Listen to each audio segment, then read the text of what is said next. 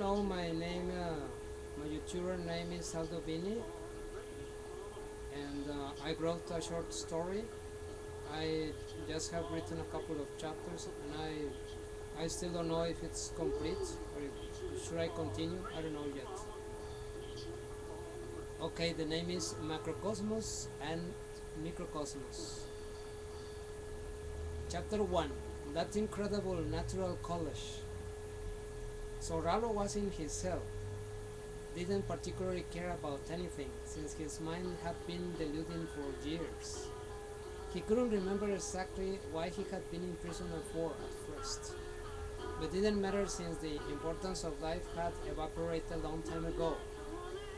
He had few privileges, like a female deodorant and a cellophane, along with papers and markers that the guard brought to him and who couldn't guess what the last one was for.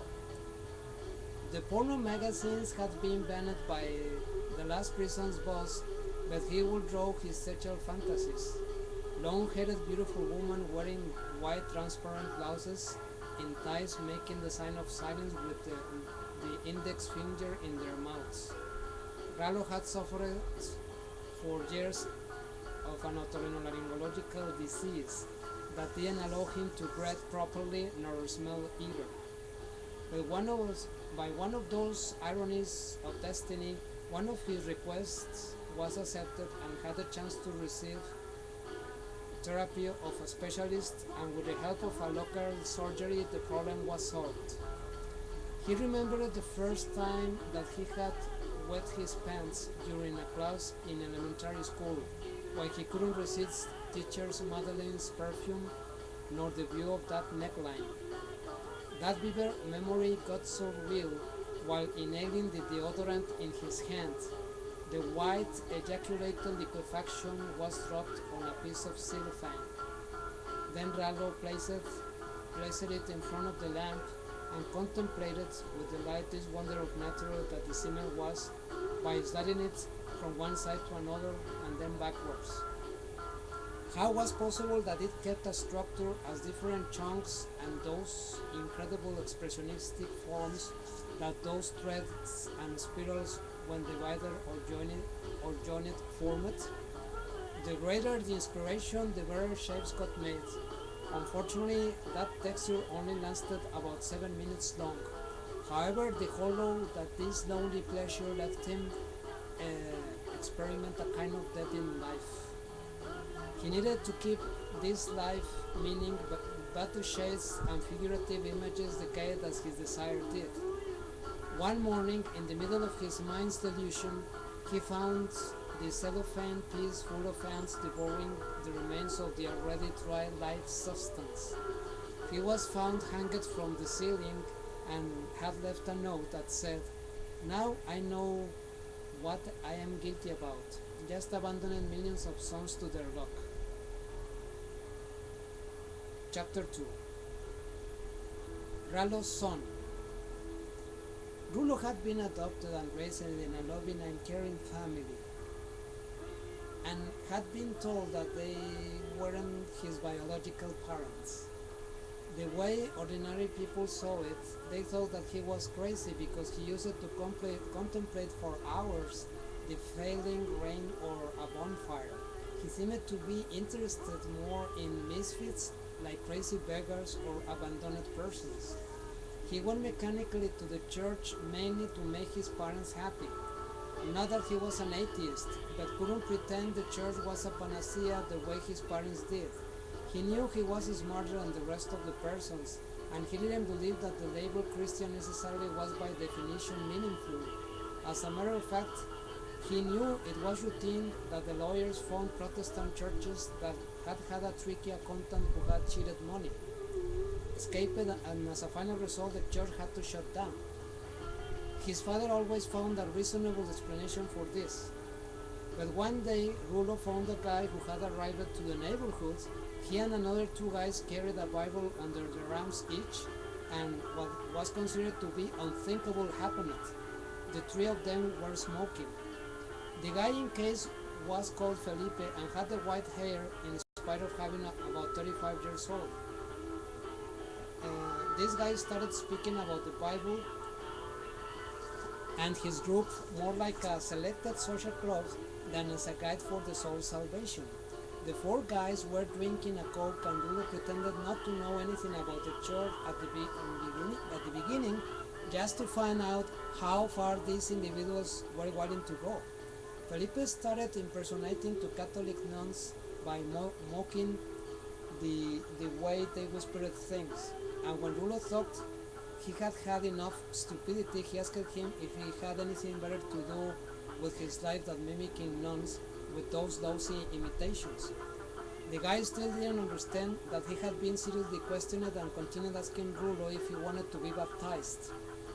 If I ever decide to do it, that will be with a non-smoker, decent and honest pastor, not with somebody like you. The guy just made a ridiculous gesture and left with his companions. Later on, he saw this guy in the church with his family, a little girl, 2 kids, and his wife embracing each other and weeping as a sign of having pardoned each other for the past deeds. So Rulo concluded that this whole thing was more about an emotional game than necessarily finding the truth. One day they found each other in a Bible course. Felipe got so nervous that started stammering and asked him not to mention the smoking incident. Rulo contemplated him with sad irony and whispered, "I'm not that kind of guy, don't worry." Rulo was 15 years old and had to make up his mind about what he wanted to study. It was a lucky Friday because a beggar decided better not to tell him the story about who his biological father had been and either how he had died. Some guys of the secondary school argued about Stephen Hawking and his theory about the black holes, which could transport to another dimension if an extraordinary and sophisticated spaceship could ever be built. The conversation took place because they received free tickets for the planetary and saw the new documentary that exhibited the Hubble's images. As Rulo entered to the place, he was as hypnotized as the first time when he had been taken as a little boy. The moving stars in the dome cupola screen, which now was more elaborated and showed the quasars, the novas, and of course the black holes, drove him to a state of elation. Your father wouldn't like to know that Stephen Hawking is an atheist, a friend told Rulo, and the others laughed, sharing the joke. The 3D animation started reacted in Omnimax and with Beethoven's music, particularly the 7th Symphony, as the background. From the elation, Rulo went beyond and found an undiscovered harmony so far founded. He really didn't care about the possible reaction of his father nor the people's beliefs or disbeliefs. The soul thought that of the possible existence of life somewhere and the millions of stars, being aware that the whole universe was caused by an explosion called the Big Bang, and that new stars were constantly being born, was so exciting. Well, Rulo had made up his mind finally. He will be an astronomer. Okay. Those are the two chapters. Maybe a last suggestion. Normally I never do this, but I just had this idea of making something with some sense that will be like sharing my stories with YouTubers. I already registered. I just wanted to tell to the people worldwide that I am in Monterrey, Nuevo León, and I have my own Belvedere, and that light that is over there belongs to El Cerro de la Silla, which is considered like the international symbol from our city here in Mexico.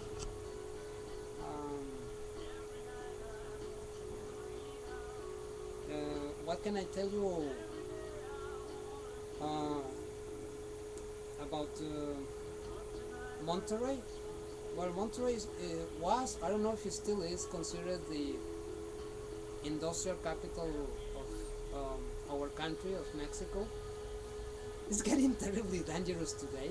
There is almost every single day there is a shooting somewhere in the city. Yesterday it was what is called Viernes Santo, Friday, Holy Friday, or I don't know if you have a particular name in some other places around the world. It was the one of the most sacred days, and some guys threw some grenades in some businesses. There was violence anyway. There is almost any single day that is not violence. Something else I will show you eventually during the day, the image of this mountain. They call it El Cerro de la Silla, something like the hill of the chair, because it has the shade of what they think. Somebody thought that it was like a kind of chair. I really don't find it. Maybe a saddle, but I don't know.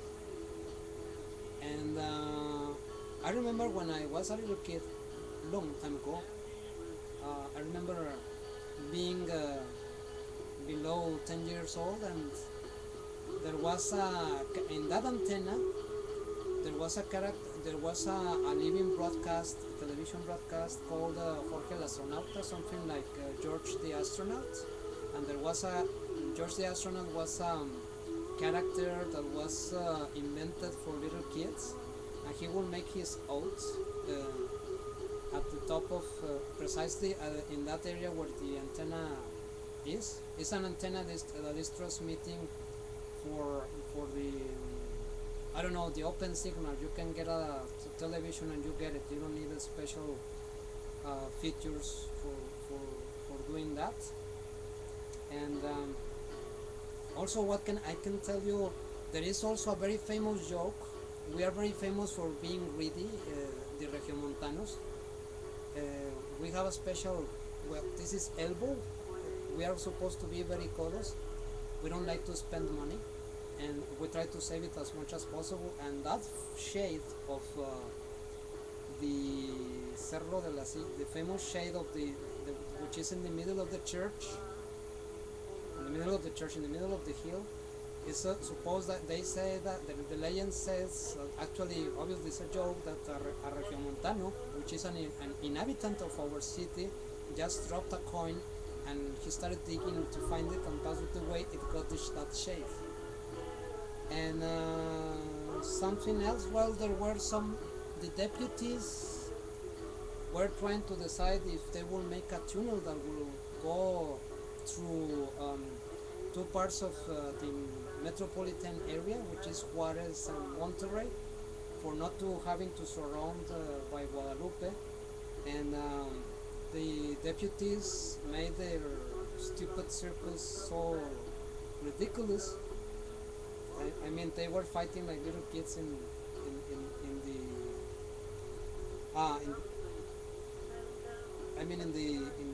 the area, you know, where they make where the deputies are supposed to. I just cannot remember the name in English. I'm sorry. And also there was a very interesting story that I have about a little bit more than 1 minute left. One guy won a short story contest by inventing.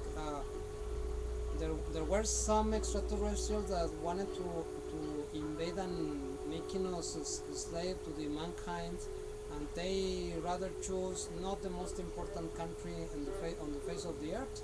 So it was Mexico was okay, not the most important city, Monterrey was okay, and they tried to dig behind to make a underground city where they could get they could build their headquarters, and then where they could control to us and make us their slaves. And so then the guy felt, and he woke up because everything had been just a dream. Well, I am just about fulfill my 15 minutes. So thank you very much. I'm AldoVinnie. Eventually I will decide how to continue with my channel. Thank you very much.